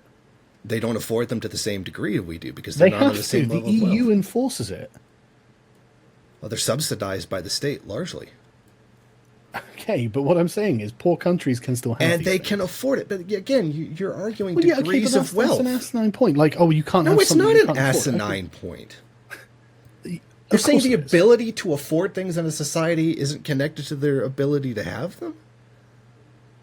That's definitely connected to their ability to have them, but it's not the only thing that might prevent them from having them. I guess theoretically. Well, You wouldn't not even need, theoretically. Theoretically, you wouldn't need any kind of benefits if there was like everybody standing around with a gun to their head. Well, yeah, and if you're living in a totalitarian system that doesn't allow criticism of the government or the factories the government is running, Like makes it Saudi kinda hard Arabia. makes it kind of hard to agitate for worker rights, doesn't it? It does. But if you're in a free country, you don't have that problem. And yet Saudi Arabia still has them because they can afford them. Yes, yeah. So, again, Saudi Arabia is much like the example of Sparta, I think, if we're going to go down that road. Saudi Arabia is a bit of a I don't unique remember case, Sparta isn't it? selling oil, but okay. Being an oil rentier state. No, my point is it's a unique case, Saudi Arabia. It's not like there are any other countries that really follow the model. It doesn't have to. It proves the point. You have them because you can afford them. The Okay, countries well, that's that the don't have argument them I was because they making can't about afford them. Sparta. But okay, so getting back to what Marx has said, though, there is a much larger middle class than Marx predicted. He predicted a very small percentage of the population. Yes, and I already explained because he was wrong about how wealth inequality would take place. Right. Okay. Well, we agree that he's wrong on that then. He predicted that there, again, like it goes back to what I said. He predicted that all states would come up to a certain level of development, and then it would only be a matter of workers uniting across borders. That's not what happened. There are rich countries, there are poor countries, and I gave the example in the OECD that the wealth between the rich and the poor countries increased astronomically. Yes, in that regard, Marx was very wrong. Yeah. But my point is, why would we even think about using the models of a man who was so consistently wrong? So we got a few things wrong, therefore the entire ideology is wrong? Yeah. Then how did it build revolution? Because people can be persuaded by bad ideas. So you say it had nothing to do with their material interests. No, I'm sure that So they were history didn't evolve the way that he said it did. poor. It was Through the struggle complete between opposite classes. to the way he said it would. So the struggle between classes had nothing to do with it? I So didn't say that the struggle. Well, the struggle Yeah, that's between what he classes had says. nothing to do with what? Sorry, The evolution of society. the abolition of society. No, evolution. Oh, sorry, evolution. Sorry. Yeah, I mean, class. Like, I agree that there is such a thing as class, and I agree that these classes are often in conflict with one another. But what I'm saying is, the way to resolve those class conflicts is not Marxism. Then what would be the way to do so? Well, liberalism, actually. Then why doesn't it do that? It does. So class conflict doesn't exist anymore? No, I didn't say that. I Then said it resolves. What exactly them. has it done? You're It going to doesn't end resolve them. class conflict by keeping conflicting classes. There will always be classes. I'm sorry, I'm gonna have to disagree with that one. You can have a classless society. Where is that one ever I said existed? you can. Okay, how? By the example of communism. Okay, but how can communism come about? That is something that we are still in the process of discovering. So hypothetically, Yeah. a process that we don't yet know of We don't even might know end up everything about yet. producing a classless society. I actually know how a classless society would come about, you know. Yeah, you said by the automation thing. No, but I mean using communist literature. How's that? Well, you need a worldwide revolution of the proletariat. Well, yeah. That's the only way it can happen. Because if you I don't thought get you were the- talking like how a society would actually function. Well, I mean, that's an entirely different question on its own, isn't it? Oh, that's the question I thought you were asking. Yeah, but my point is like, okay, so as I understand it, without the worldwide, I mean, this is the constant excuse I'm given for the descent of socialist and Marxist regimes in the 20th century into abject tyranny, is that they need to retain the state to protect the revolution from other states that didn't revolt. And so the question is, can you have a worldwide communist revolution? I think almost everyone would agree that the answer is no. It's not really thinkable. It depends on how you think it's going to come about. Because there are some pretty utopian ideas that first worlders have about how revolution is going to happen. I think it comes down to that. Yeah, I agree that I mean a communist revolution like that is not going to happen in the first world. I agree with you. No, that it's not going to happen. That's definitely not going to happen. But hang on, that then means that your worldwide proletariat revolution is definitely not going to happen. Again, the term is vague. I would like to be specific if that's okay. Okay, go ahead. Essentially, the first world countries live off of, and our social peace is bought with the spoils from imperialism. So they're not going to rebel. I don't think it's controversial to say that if you walked up to a $70,000 a year construction worker who has 2 cars, a house, and a pension, give him a rifle and say give all that up to be a guerrilla fighter, he's going to laugh in your face. Yeah, I think that's pretty reasonable. It's not going to happen. It's not going to come from the advanced sections. yeah. It is going to come from the third world masses. Now, normally that would have been peasants, but there's been a massive urbanization of the last couple of decades, blah, blah, blah. Sure. Shantytowns, etc. They have the potential to do so. Yeah, but my point is they can never achieve communism. Why not? Because they will need a state to protect themselves from the states that did not revolt. Yes, but that destroys communism. But here's the point that I want to make. There would be a pan-third worldist movement, the exploited countries. They don't even have to actually go to war against first world countries. You don't even necessarily have to do it. If, say, for some reason, China or India were to go revolutionary and simply cut off the United States from its exploitation, the United States would be gone within a month. No, the United States would destroy whoever was trying to do that. Now, you wouldn't even have to actually do a physical war. If you were trying to just cut off the United States like that, you absolutely would. You would instigate a war, yes. Yeah. But you don't necessarily have to fight an actual war. Like, you don't have to go invade the United States and occupy it, etc. That's not necessary. I'm saying it's economic. Once that happens, other states will fall in line. They don't even have to all be socialist states. They can just be anti-imperialist states who could also be capitalists, which was one of the points of the old non-aligned movements. They were just anti-imperialist states that were also capitalists. Like right, I agree with you that there could be a sort of, I guess you could call it a revolt against the hegemony of the U.S. Yes.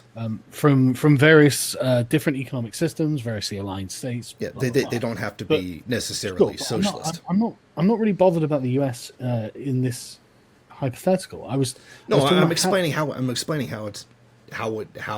weird it is to see that it's going to happen. Okay, but once the U.S. is cut off, it's going to go into an extreme economic turmoil. It needs places to exploit in order to be the way that it is. It needs to trade, yeah. It needs to trade. So once it no longer has its exploitation of the third world, it can no longer afford those benefits. I really think we should stop calling that exploitation, because the US doesn't control corporations. The corporations are free to trade as they want. The state. Yeah, I agree. I would call it, reverse fascism or whatever you want to call it. No, I would just call it capitalism. Well, corporatocracy, say. No, it's not. It's not corporatocracy. It's capitalism. I don't agree. Corporations are capitalism. They're a part of capitalism, but again, they're not the whole of capitalism. But the point theoretically, you don't need corporations. No, you don't. If, say, you lived in something that doesn't exist anymore, like the 1700s. Well, no, I mean, like, there are loads of small businessmen. I'm a small businessman. Yeah.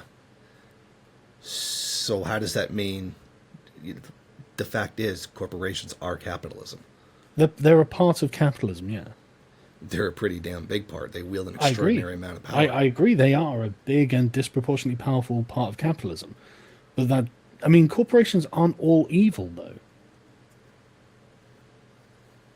I'm going to say... what percentage of corporations do you think are acting like the United Fruit Company? They don't all have to act like the United Fruit Company. Each individual actor working in their own rational economic interest, which is the point of the point of a corporation.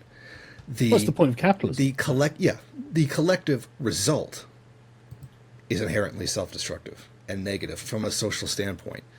If you just say, well, does it make money? Yeah, okay, it makes money. But what's economically rational isn't necessarily socially rational.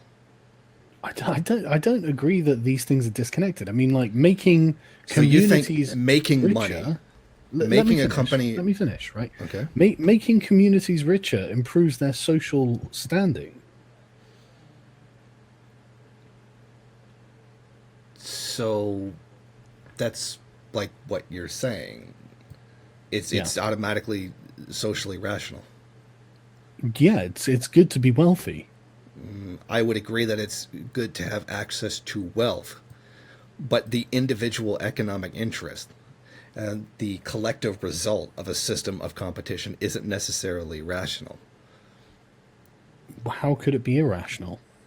Because it presupposes that individual wealth is the end-all be-all of rationality when it's not. Like, killing off the entire planet is not rational. But that's not happening as well. Again, right, are you going to deny the existence of global warming? I don't know whether the globe's warming or not. I'd have to look at the data. But what I know is that listen, right? What I know is that most of the pollution in the ocean, for example, is produced by two rivers, one in Africa and one in Asia, if I recall correctly. And this huge, the massive plastic like island that's floating in the Pacific, it's coming from the poor countries in Asia, because the first world countries have all got regulations to prevent this. You can't just pollute like that. No, whereas you can't. So you get somebody else who does. Yeah, but the point is, the point is, the richer the countries become, the more clean they become. You don't see a huge pall of smog over London anymore. Like, the Victorian imagery. Because they shifted it elsewhere. You can afford to do certain things to be more environmentally friendly. And but this doesn't stop these same corporations in other countries of just dumping it in there. We don't dump all this plastic waste in whatever country, but they do dump it in Ghana, for example. Totally agree, and we should stop them doing that. Yeah, we should, but we don't, because they have to dump it somewhere. I totally agree. Well, no, you don't. That's the point. You could theoretically recycle it, but it's a shitload. Exactly. It's a shitload more expensive than just dumping it. Until recycling technology gets cheaper, because it's in demand kill everywhere. The planet. In other words, it is economically rational to just dump it into to just dump it. It is a totally rational decision. Going, right, okay, well, we've got loads of crap. It's not worth our time recycling it. Therefore, we'll just dump it somewhere that the people aren't going to complain. I completely agree that's a rational calculation, and I completely agree it's an immoral calculation. But it's not the trend. That's a previous trend that we're coming out of. And the wealthier the world gets, the more people want to live in a clean world, and the more they can afford to live in a clean world. You're saying, well, if it suddenly becomes affordable, then they're going to can do it. Well, yeah, but in the meantime, you're killing off the planet. Yeah, but what I'm saying is, look, this is what Steven Pinker thinks, at least from the data that he collected for his book Enlightenment Now, and I think he's making a compelling case. I think first world countries are getting cleaner, and the richer other countries become, the cleaner they become as well.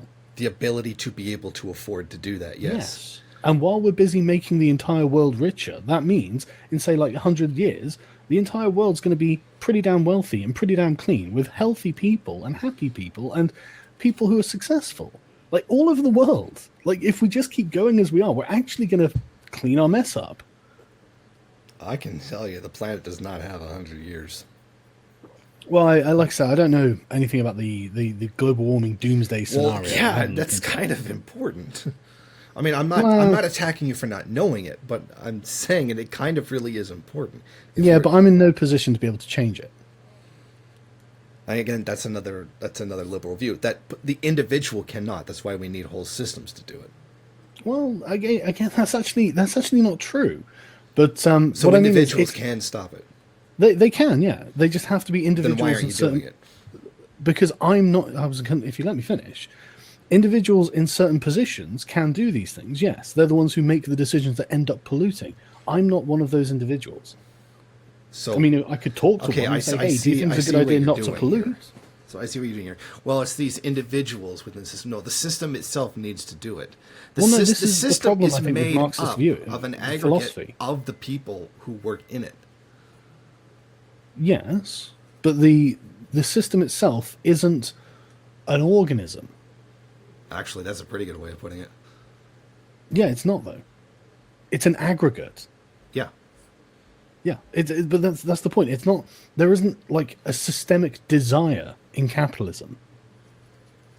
Yeah, that would be profit making. No, I mean, like, there isn't a top-down measure of control over capitalism. Whereas I know that there is a top-down level of control over a socialist country, and so it's this kind of attitude that socialists take towards the nation itself and the system itself that means they fail to understand capitalism. They think capitalism operates in the same way as socialism, in a systemic top-down way, and it doesn't. It operates in a massively decentralized bottom-up way. I would disagree in that it is top-down. But the amount of people in that circle which wield that influence are not like masses. I mean, the capitalist class has a collective interest, and that would be profit making. The state reflects that. Yeah, but that is top down. Okay, listen. It's not a hereditary class. No, it's not a hereditary class. It's an economic class. Yeah, I mean, like 20 years ago, who was Mark Zuckerberg? So you're saying you can change out the capitalists? Yeah, I'm saying it's actually merit based. Well, that would be a whole separate conversation altogether. But that still remains my point. It's the capitalist class. You change out, whatever person, it's still representing a class of capitalists who desire for profits. Yeah, but they're also three-dimensional human beings. I mean, there's a reason that Bill Gates and Mark Zuckerberg do so much philanthropy. They aren't just blood-sucking vampires. Oh, I would call them blood-sucking vampires. But they are there for profit-making. That's what they do. Yeah, but they're multi-billionaires. I think when they get to that point, they've got the profit-making bit down. It's never enough. Well, again, I think that you've got like a representation of people who don't really exist. A representation. Capital accumulates. That's literally all it does. Well, yeah, except when it fails. It's actually not true. I mean, I'll put a link in the sidebar here. That's the point of capitalism. Wealthy families lose their fortunes within 3 generations. 70%. Okay, yeah. But what that means is that there isn't just a solid class, a hereditary class. No, it's not a hereditary class. It's an economic class. The Okay, yeah, capitalists I remain. agree. Yeah, it's an economic class, but it's not stationary. It's not still. It doesn't always operate in the same interests, and No, it's it a collection means of interests. yeah, of course. But like, So what's your point? It still remains the capitalist class. yeah, that's the point though. It's not just an entity. It's not an organic entity. It's not an organism. It's a collection of competing interests. Yes, that's would be how Marx would describe it. Yeah, It but wields the power way you're over the talking about state it and is in society. the capitalist class will do this. Yeah, You don't know, profit and that's making. not Yes, true. they will do that. They will do and push policies that increase their own wealth. Well, sometimes, yeah, and undoubtedly, and there are people who do that, but everyone does that. That's the prevailing system, yes. That's any system. No. Everyone's pushing for their own interests, obviously. There are collective interests. I'm happy to agree there are class interests. Yeah, Yeah, that's what the capitalist class does. It wields power over society to push that class interest. And sometimes they can conflict with each other, certainly. yeah, absolutely. But okay, so what I think we're getting off into the weeds here, and I don't think we're. I think we're talking past each other somewhat. So, what I wanted to talk about is like the communist revolution, the worldwide workers' revolution of the proletariat. We agree that that's never going to happen, don't we? I don't say that there's not going to be a revolution. It's not going to happen the way that the traditional wisdom says it's going to happen. No, but what I mean is to actually establish communism, not socialism, the stateless, classless society that Marx was dreaming of. There would have to be a worldwide workers' revolution to prevent socialism from happening, because the need for the state destroys communism, and it is the reason that communism always fails. I would argue that there does have to come a point when the state is abolished. And Marx, or was it Engels? Well, I forget which one actually said it. That the state would eventually wither away, which is a really vague term, which doesn't really say anything. But Mao certainly said that class struggle continues even in socialism. Yeah, it is absolutely. fair. It is fair to say. I'm going to quote. Who was it? Kim Il Sung, who said that as long as imperialism exists, there will not be communism. Agreed.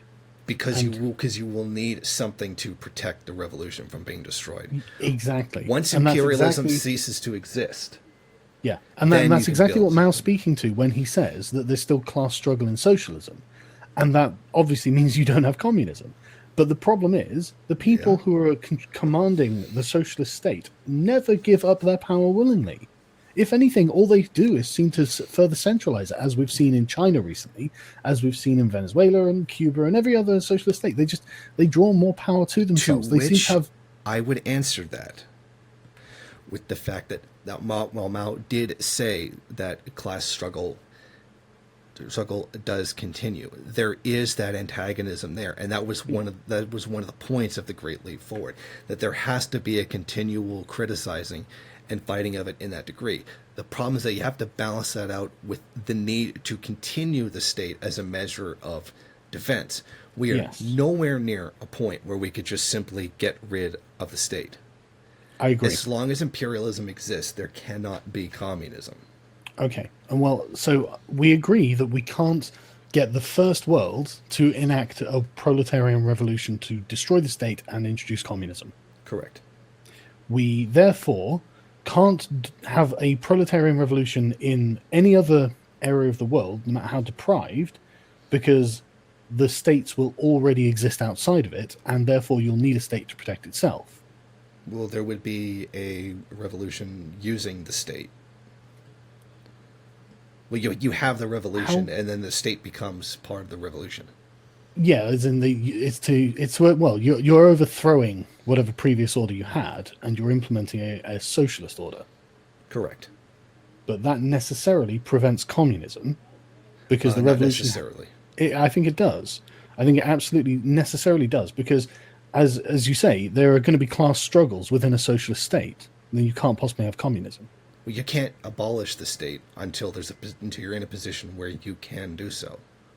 Yeah, exactly. But so under a socialist system, class antagonisms still continue In a new form. Yeah, in a new form. It doesn't matter what form they're in, but it matters that they're happening, doesn't it? Because the point of communism is to abolish class. Yes.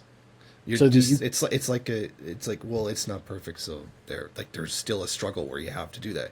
But you're saying that it just won't get there. Yeah, I agree, right? No, so, I'm not agreeing with you. I'm just saying that's what you're saying. You're saying it just won't get there. Yeah, I'm saying it can't get there. The very nature of it, you'll be relying on the state to abolish itself. But as we've seen, No, not relying on the state to abolish itself. People have to abolish it, replace it with the newer institutions, and there may come a battle against these bureaucrats. Yes, I think that's inevitable. Yeah, I would largely agree with that too. Yeah. So my point is, the state's not going to abolish itself. It's not going to allow you to abolish it. Okay. It's going to do everything within its power to resist it, and you're going to have armies and massacres, and it's going to be bloody. But even then, even if you manage to abolish that state, everyone else in the world would have to be trying to do the same to their own states. Just like revolution building. Yeah. But you agree, right? I mean, even if, like, say, the communist, in socialist China, if the communist revolution occurred, then they would still be stuck in the same place that Mao was, looking out away from China, thinking, okay, but no one else is communist, so now we're going to have to retain a state to protect ourselves from them, and therefore we've also destroyed communism. Because we've maintained a state, we've got further class antagonisms, we didn't achieve our goal, and we can't achieve our goal without... That's not the point. That's like saying, well, there's a transformation process, therefore it can't happen. No. It's not supposed to jump to communism. What? There's supposed to be a transitional period between capitalism and communism that is socialism. Okay, but we've seen time and time and again, and I've just explained... I know what you're going to say. It hasn't reached that point yet. Yeah, but it can't reach that point. Okay, you're just saying that it can't because I there's just a state. Because in a world where one state exists, no. So you're saying other states will just come in and stop it? Absolutely. I don't think that's necessarily the case. Try living in a stateless area of the world, and then see if a state ends up moving in on you. But is it the same thing as a capitalist state? Well, but again, this it doesn't matter what kind of state it is. Different states have different manifestations. It doesn't matter. All that matters is it's a state. See, that's an overly simplistic view. That's kind of like an ANCAP view. The state is some kind of autonomy, and it's the same thing throughout history. A socialist state is not the same thing as a capitalist state. I agree, but they're both still states, and they both still have similar properties in certain regards. So I'm saying that because class struggle continues in socialism, therefore it can't happen? Therefore communism can't happen, yeah. So because it's not perfect? No, because there's more than one class. That's the point of class struggle, is to I know, but the point of communism is to get rid of that. Yeah. But if the struggle that you have... I think you're relying on the assumption that the state would always win, or that the state would always be perfectly in opposition. Let's assume our communist revolutionaries win. You just said it can't. No, listen, right? So, assuming the workers rise up, they overthrow whichever kind of government they have, it really doesn't matter. As long as there is another state outside of their borders, they will still need to maintain the necessary functions of a state, which will be an army, a bureaucracy, and a sovereign. So that's a that class. Country's choice to do so. Yeah, no, they don't have a choice. They're going to have to do it. Because if they are unable to resist an enemy state, then they'll end up becoming the enemy state. But then if we're already at that position, why would we be invading each other if we're already basing things on cooperation rather than just sheer profit making? Unless somebody stopped doing that. The enemy states aren't. Why would they be enemy states at that point? Sorry? Then why would they be enemy states at that point? Because you're weak. That's not the point. Well, why wouldn't they just start taking things from you? Because they can and you can't stop. What would be the point if there's already an agreement? Why would they have an agreement? There's just been a revolution. Because they can't live in isolation. You're saying that if there's that they do a revolution to get rid of the state, suddenly they're going to stop all the agreements that they have with other countries? The first enemy of any revolution is an invasion by an outside power. But why would they be invading at that point? To try and gain something from the state that's currently in a state of flux. To gain power and influence and money. Why would they need to? Because power is never static. It's either growing or shrinking. You're making the assumption that they would invade because they would need to, or it's just an inherent thing that they do. There would be no point to doing so. No, they're already getting what they need from it. No, I don't agree. To increase the power and extent and supremacy of the sovereign is the purpose of the state. They wouldn't need to do that. Because that's not what the goal of the society is, and that's not what the goal of the state would be. But there isn't a goal of the society. Yes. Okay, not in like the way you're thinking. I mean, like there is obviously a goal to society, but like it should be the well-being and health and happiness of the people within it. But what? Okay, look, I think you're missing my point here, because what I'm saying is let's even assume hypothetically there might be a revolution where there wasn't an outside antagonist who wasn't interested in taking advantage of that to try and carve off a piece of the state that's currently having the civil war, right? Let's assume that's the case, that hypothetically that might be possible. I don't think that is true. Now, are we talking where it's a socialist state that exists in a world where capitalism and imperialism still exist, or where the whole world is socialist? Even if the whole world is socialist. So they would just still invade, even though there's no need to. So do you think that a governmentless, stateless, classless society could pop up in, say, China or something, and just exist there without any of the states around them ever doing anything negative to them? Probably, yes. I think that's absurd. Sorry, but I think that's part of the evolutionary process to get to communism. It isn't just a thing that just suddenly happens. No, I think it's a thing that's never going to happen. Well, no, that's the problem with a lot of the Marxists, the left comms, etc. They think that you just all of a sudden it goes to a stateless society, and that's not true. It's a transformation. Marx was advertising in the Manifesto, wasn't it? No.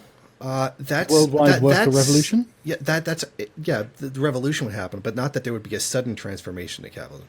In fact, it is Critique of the Gotha program where he specifically says the opposite. It says between the capitalism and communism, we can regard the state only as blah blah blah. I can't remember the exact quote. It's in the second chapter of the Critique of the Gotha program. I haven't read that, I'm afraid. That's okay. A lot of Marxists haven't read it. And I'm not even a Marxist. But that's where he specifically says that there is a state in socialism, and that it doesn't automatically jump to communism. Yeah. Marx doesn't say that. I understand that socialism was meant to be a transitional period into communism. Correct. But I think that we've got more than enough examples now to show that there's something like human nature and the accumulation of power that prevents people from willingly ceding it. I mean, this is why, like, Cincinnatus is famous. In fact, that's why the man is a famous man. Not famous. Cincinnatus was a Roman who was given dictatorial power over Rome. He's talking from a different ideological position. No, it doesn't matter. It kind of exists. No, listen. The dynamics between states are returned. Sorry, the church said the world's flat. Sorry, it doesn't really matter. The church said the world's flat. It doesn't matter what we've learned since then or discovered. No, but we're not talking about anything that hasn't also been true then that is true now. So the point is, it's not usual for people to give up power. No, it's not. That's why it's considered. Rare, I know. That's why it's considered a continuing struggle. Yeah, I know. But yeah, okay. Well, I'm glad we agree.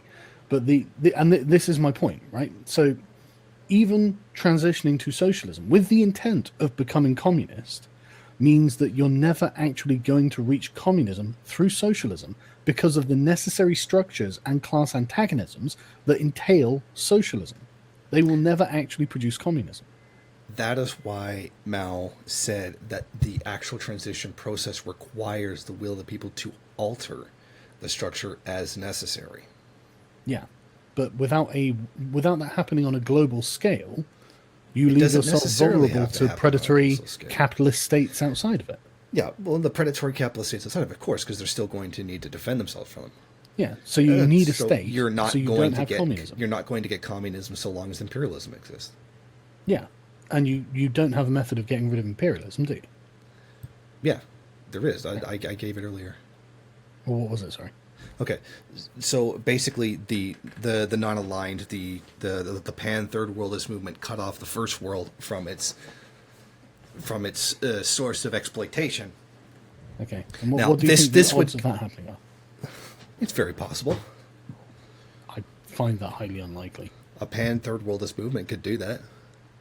I Cooperate with think- each other instead. Well, the rich countries would invade, absolutely. Yeah, I don't think they're going to fight off the US. You don't have to necessarily fight off the U.S. What do You don't necessarily have to win a military conflict. You don't have to go to the U.S., invade it, and defeat it. You only have to cut them off from their source of exploitation. When I you don't do think that, when that happens, those countries will collapse. Okay. And then it will be up to the people in those countries, the advanced countries, to gain the class consciousness necessary to carry out revolution where they are. Yeah, but I don't think that's going to happen. I would say that in the context of a sudden catastrophe along these lines, it is possible for a spontaneous class consciousness. Not a guarantee, but I believe that it is possible. Okay, but I mean, it's not probable, is what I mean. Okay, well, again, we'd have to look at the matter of opinion because there have Yeah. been in the past spontaneous. Yeah, but moments I of also think class that there are so consciousness. many flaws in human beings that even if the theory was sound, and I don't believe that it is, that the human beings who are going to be trying to put it into action are going to fuck it up. Again, I think that's kind of a nirvana fallacy. Well, we're not perfect, so therefore it won't work kind of thing. Yeah, but we're designing a perfect system. No, we're not designing a perfect system. We I think that having a stateless, classless society would absolutely be like a utopian system. No, it's not. You don't think so? No, there's inherent flaws to that too. Oh, go No on. Marxist has ever argued a utopian society. What flaws are there in real communism? Well, the problem is that there can be certain people who act in certain ways. I mean, there's no guarantee of perfection. These things, Marx said, these things will reveal themselves to us when they happen. So there are problems there that Marx didn't predict. No, not given his vantage point with the amount of information. I don't blame he him. had. I don't blame him. I can't predict them. So Yeah, and we can't predict all of them now. yeah, We're not going to know what the flaws in a stateless society is going to be until we get there.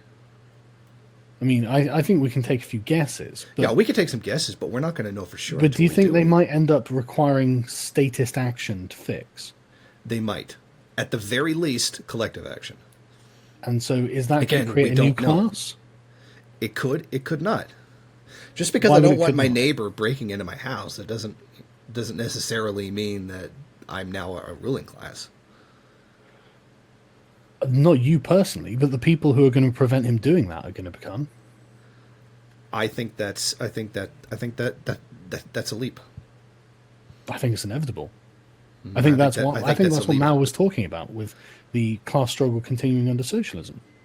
Every time you have some people with different rights, and well, not necessarily rights, but different duties and powers than others, you create a second class. I would argue that the reason that's not true is because it's not a class in the sense that we're talking about. They have no real interest in. The interest is stopping that break-in from happening. They're not benefiting from the break-in not happening. Like, it's not the same thing as an economic interest. Yeah, I agree. It's not an economic interest, but there are lots of other interests. For example, I was reading a book on Saudi Arabia, and one of the reasons, one of the chapters involved an interview with I think they're called Matawa, who are the police and vice and virtue.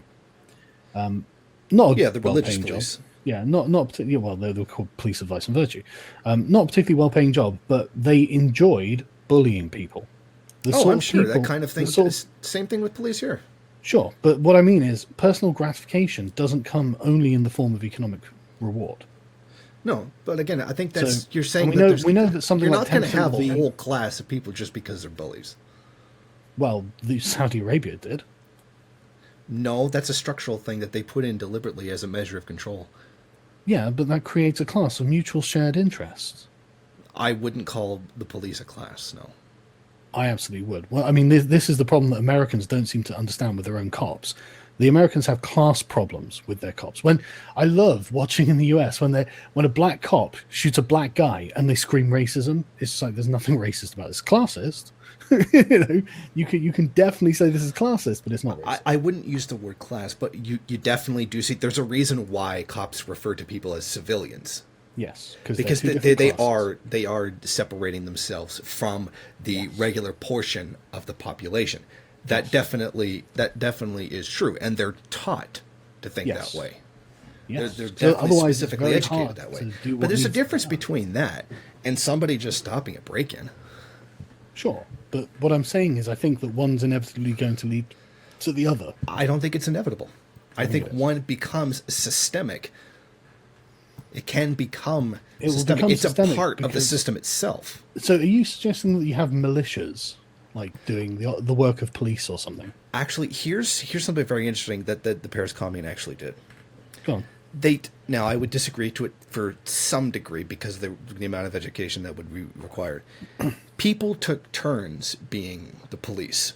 Like essentially, you would only serve as a police officer for like 2 weeks out of a rotation schedule of. Right. I don't know because the Paris Commune didn't last long enough Very for long, that yeah. to be fully implemented. I mean, obviously you couldn't do that with detectives because you need, or DNA analysts, because Yeah. you need a particular education to do that. But the average beat cop, who is the son of a bitch who beats people up, that person rotated as a part of the community, not as something separate from the community that they see themselves as. Well, I agree that police should police the communities they come from. I think that would definitely help. But I I don't see real communism being something that's desirable in that way. And this communist solution. But I think should we kind of draw this to a close now? Because we've been going quite in depth for quite a long time. So as far as I'm concerned, you agree that a worldwide workers' revolution is necessary for real communism. You agree that class antagonism still exists under socialism, and you agree that the sovereign of a socialist state is not inclined to merely give up their power. So No, that's I don't why think that's why they say class struggle continues under socialism.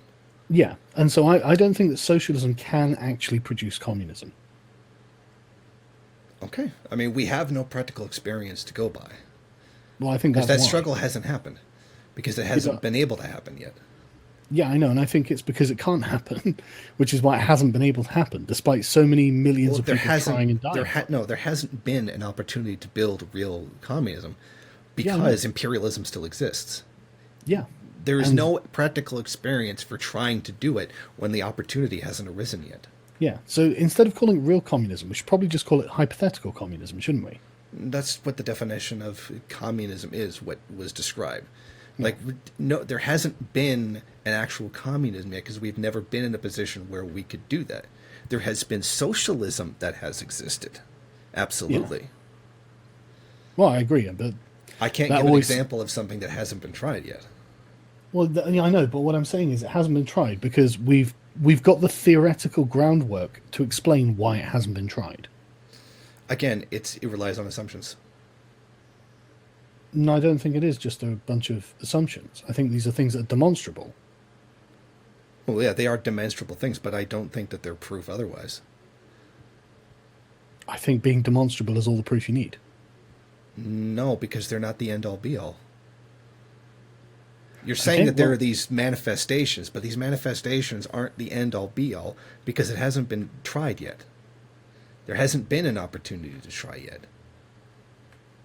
Well, I know, but what I'm saying is the theoretical groundwork that we've covered in this conversation, I think, is not only, it's not just hypothetical, it is also demonstrable, and it explains fully why we will never see hypothetical communism. It doesn't explain it fully. Well, okay, well... Because the experience hasn't been carried out yet. I know, but it's because it can't be carried out. You're assuming that. No, we've discussed it at length, but and the other thing... Oh, you're assuming that. If the thing hasn't even been tried yet, how do you know? Because then it's only an estimation. You can only say, well, I think according to what I have seen thus far, I don't think it can happen. Yeah, but we understand through the theoretical, existence of Marxism. I mean, like, you need a worldwide workers' revolution to get rid of class. I think we're confusing two different things. Well, to end any kind of to end class antagonisms, which is the point, you have to get rid of class, which is why Marx's Workers of the World Unite, overthrow your bourgeois oppressors, and then usher in the stateless communist utopia of workers operating in factories, which sounds like fucking hell to me, but okay, carry on. And I think we can agree that can't happen. No, I disagree.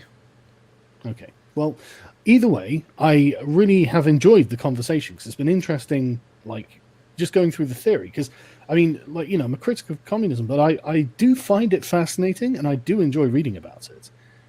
But I have to say, I think that, at least from my side of the conversation, I think I have comprehensively demonstrated that Marx was wrong with his theories and why they will never actually be realized in practice. I'm happy for you to have a different interpretation and your supporters to have a different interpretation. I understand that you probably will.